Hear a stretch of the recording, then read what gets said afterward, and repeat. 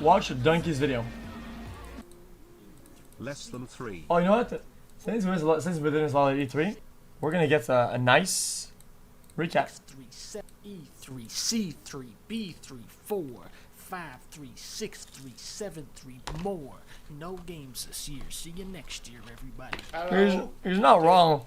Kojima kicked this one off by talking about 9/11, COVID, and Death Stranding. So it's all uphill from that point. I do not like this game, but damn, does this game have the best trailers of any video game? No, it does not. Jeff.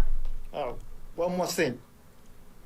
A lot of indie game premieres. There's 1, 2 Strand type games, 2 claymation games, 1, 2, 3, 4, 5, 6, 7 Pokemon Snap type games. One of them is called Paparazzi. 15 farming games, 4 Left 4 Dead type games, not counting Overwatch 2, which showed us a 3D model of Baptiste.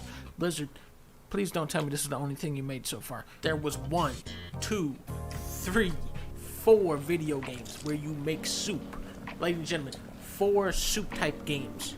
This is what video games is like now. Guardians of the Galaxy, you fight a fucking Jello cube. Oh, you don't think Jello's a good enemy? Well, that's Jesus. why they put in a red Jello to fight also. Alfred Hitchcock's Vertigo is one of the best movies ever made. Alfred Hitchcock's Vertigo, the video game, is one of the most confusing announcements ever made. My only guess here is that they saw Persona 5 and were like, Persona? Next they're gonna make a fucking Clerks video game. Battlefield 2077 had one of the coolest trailers of E3. Everybody is seeing, the grapple hook, and they're seeing a dude drive a ATV off of a roof into a helicopter. People are getting hyped for this. They're getting excited, and I really do feel bad. I feel bad about having to ruin it for everybody, but I'm sorry, everybody. Saber and Prime Matter are working together on a new game in the Painkiller franchise. All right, very cool on that. They're doing a Fall Guys 2. They're doing a Far Cry 6. This game is extremely unpolitical. As a gamer, I always hate to see politics in video games. I hate to see developers use video games to comment on real-life issues or try to tell a story or be creative, and that's what's so great about Ubisoft as a company, is that they would never have the balls to do any of that. Fidel Castro, Ceausescu, and also Hitler. Gex of the Wild, Breath of the Wild, Elden Ring, Starfield. It was nice to see these games, but we didn't really learn much about them. Elden Ring comes out January, and you can summon enemies to fight for you.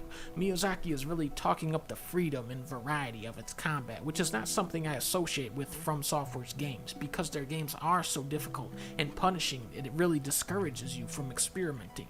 But I do think these guys get better with every game, and I hope that they can step out of the shadow of Dark Souls and create something new and fresh. Starfield is a space game, okay, and Zelda is coming out next year. The trailer they showed was like, bitch, it's Zelda. We don't even need to sell you on this. Yep, true. Seems like the main hooks of the sequel are going to be aerial traversal and also time travel. They don't really showcase it much, but it seems like you can rewind time in this game. Mario and Rabbids, Sparks of Hope.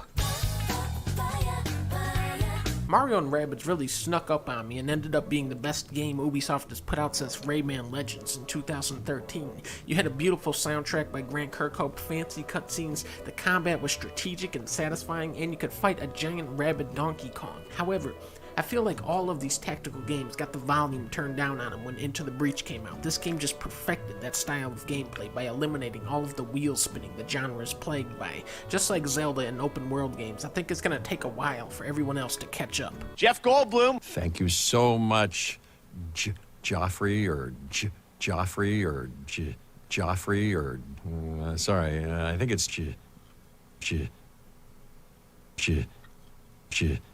World premiere. Are you a fan of dinosaurs? I won't get angry if you aren't. Nope. What? Somerville. Okay, this is the story behind Somerville, Playdead. The guys who made Inside, the two co-founders were pissed off at each other, so one of them bought the other guy out of the company, and now they're making 2 separate games.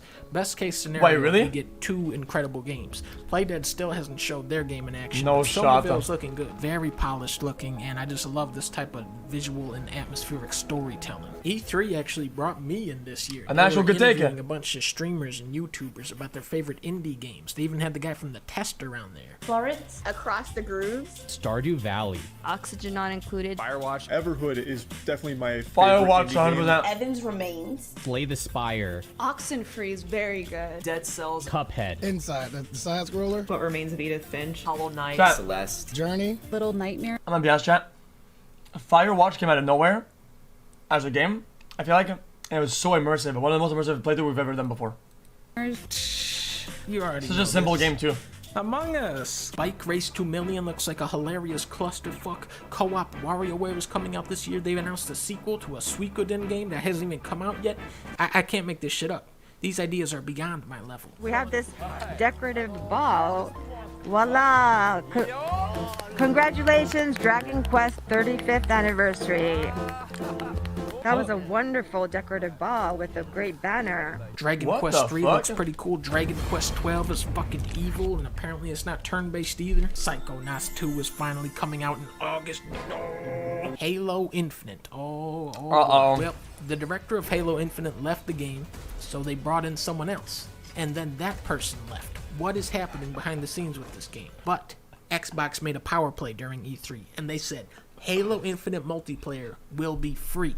That is awesome, and I feel like EA really needs to follow suit with Battlefield. It also says Xbox thinks we'll pay full price for the single player of Halo Infinite, which a lot of people probably won't. A couple weeks before E3, there was rumors that Nintendo was working on a new Donkey Kong game, and I think that somebody got confused. Nintendo skipped 4 and went straight to Metroid 5. This was the big reveal of E3 to me. Samus Returns had a lot of cool ideas, and here is the perfect opportunity to perfect them. I definitely prefer the 2D Metroid games, and I hope this can give Silksong and Prime 4 a run for their money. Then Tekken showed up, and I don't fully agree, okay? Guys, this is an unpopular opinion. I think one of the best Metroid games is a Metroid Prime Hunter on the DS. threw Ganondorf into a volcano, so he's dead. Well, he was already dead.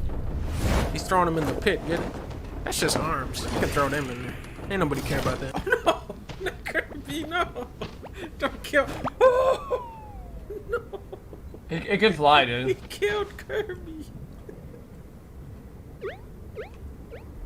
Square Enix, the masterminds behind Balan Wonderworld, showed off Final Fantasy XVI a while back, and it was very weird because they showed a trailer for Final Fantasy, but I didn't feel secondhand embarrassment for RPG fans while watching it. Thankfully, Square rectified this at this year's E3. Oh no. I'm here to kill Chaos. That's my mission. Looks like Chaos has been waiting for us. I only know one thing. I want to kill Chaos. You sure Chaos is here? This is the Shrine of Chaos. Chaos. And who are you? What the fuck? We're here to kill Chaos. Chaos. Chaos.